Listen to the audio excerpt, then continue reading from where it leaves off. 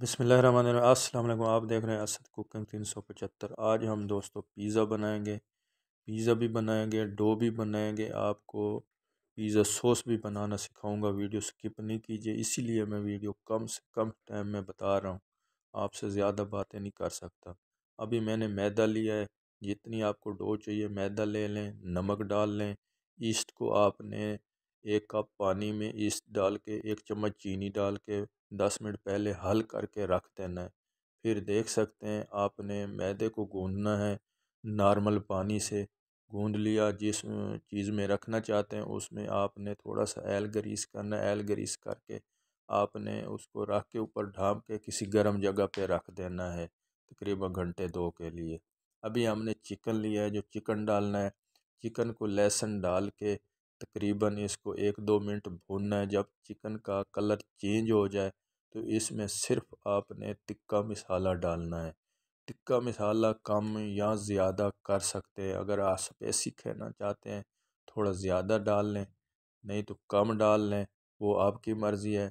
देख सकते हैं सिर्फ ये 2 मिसाले इसमें जाएंगे और कोई भी नहीं चाहेगी। लहसुन, टिक्का मसाला, नमक।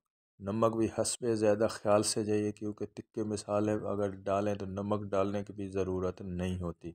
अभी आपको पिज़्ज़ा सॉस बताऊंगा। मैंने केचप ले लिया, उसके बाद भुना हुआ ज़ीरा, भुना हुआ धनिया, नमक हो गया, मोटी मिर्च दादड़ हो गई, उसके बाद ओरिगेनो हो गया। देख सकते हैं उसके बाद चुटकी भर है मेरे पास गरम मसाला। ये चीज़ें आप अपनी केचप में मिक्स कर लें। आपको महंगा पिज़्ज़ा ख़रीदने में महंगा सॉस ख़रीदने की ज़रूरत नहीं। सॉस भी हमारा तैयार हो चुका, चिकन भी हमारा तैयार हो चुका। अभी चलते हैं जो हमने मैदा गूंद कर रखा था। देख सकते हैं दोस्तों हमारा मैदा जो अच्छे से माशाल्लाह फूल चुका है।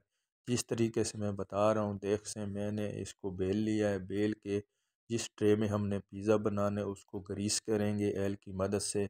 एल की मदद से ग्रीस करके उसके ऊपर आपने लगा देनी है। ठीक है, इसको ज़्यादा मैं एक कांटे की मदद से ऊपर इसको टक लगा रहा हूँ। आपने जस्ट इसी तरह करना है। इसको अभी मैंने लगा दिया पिज़्ज़ा ट्रे में। पिज़्ज़ा ट्रे में लगा के सबसे पहले हमने अपना लगाना है पिज़्ज़ा सॉस। पिज़्ज़ा सॉस लगा के हमने अपनी चीज़ लगानी है।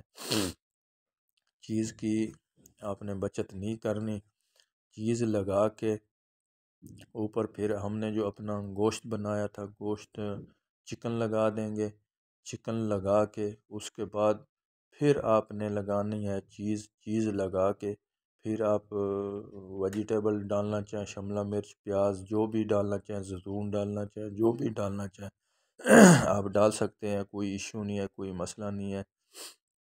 उसके बाद जो दोस्तों आपने बग़ैर ओवन से क्योंकि हम बना रहे हैं, पतीले को आपने 10-15 मिनट पहले चला देना है। उसके नीचे से आग हल्की सी, क्योंकि वो टम्परेचर उसका पूरा हो जाए। ये नहीं कि आपने ठंडे पतीले में इसको ही डाल देना है।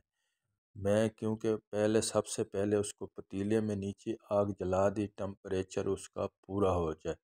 उसके बाद जस्ट इसको पतीले में रखेंगे। जब पतीले में रख देंगे ऊपर से आप ढाँप देंगे।